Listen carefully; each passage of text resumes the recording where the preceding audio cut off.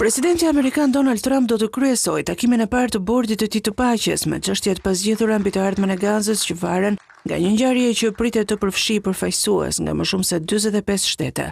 Çarmatimi i militantëve të Hamasit, madhësia e fondit të rindërtimit dhe rrjedha e ndihmës humanitare për popullatën e Gazës janë ndër çështjet kryesore që ka të ngjarë të testojnë efikasitetin e bordit në javët dhe muajt në vijim. Trump do t'i drejtohet grupit në Institutin Amerikan të Paqes Donald J. Trump, një ndërtesë në Washington që presidenti kohët e fundit e ri emëroi, duke i vendosur emrin e tij, edhe do të njoftojë se vendet pjesëmarrëse kanë mbledhur $5 miliardë për fondin e rindërtimit. Parat pritet të jenë një pagesë fillestare për një fond që ka të ngjarë të ketë nevojë për shumë më tepër miliarda.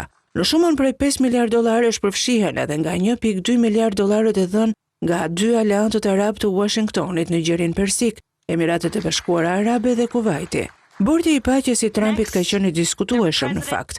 Ai përfshin Izraelin, por jo përfaqësues palestinez, dhe sugjerimi i Trumpit se bordi mund të adresojë përfundimisht sfidat përtej Gazës ka ngjallur ankthjen se ai mund të minojë rolin e OKB-s si platforma kryesore për diplomacinë globale dhe zgjidhjen e konflikteve.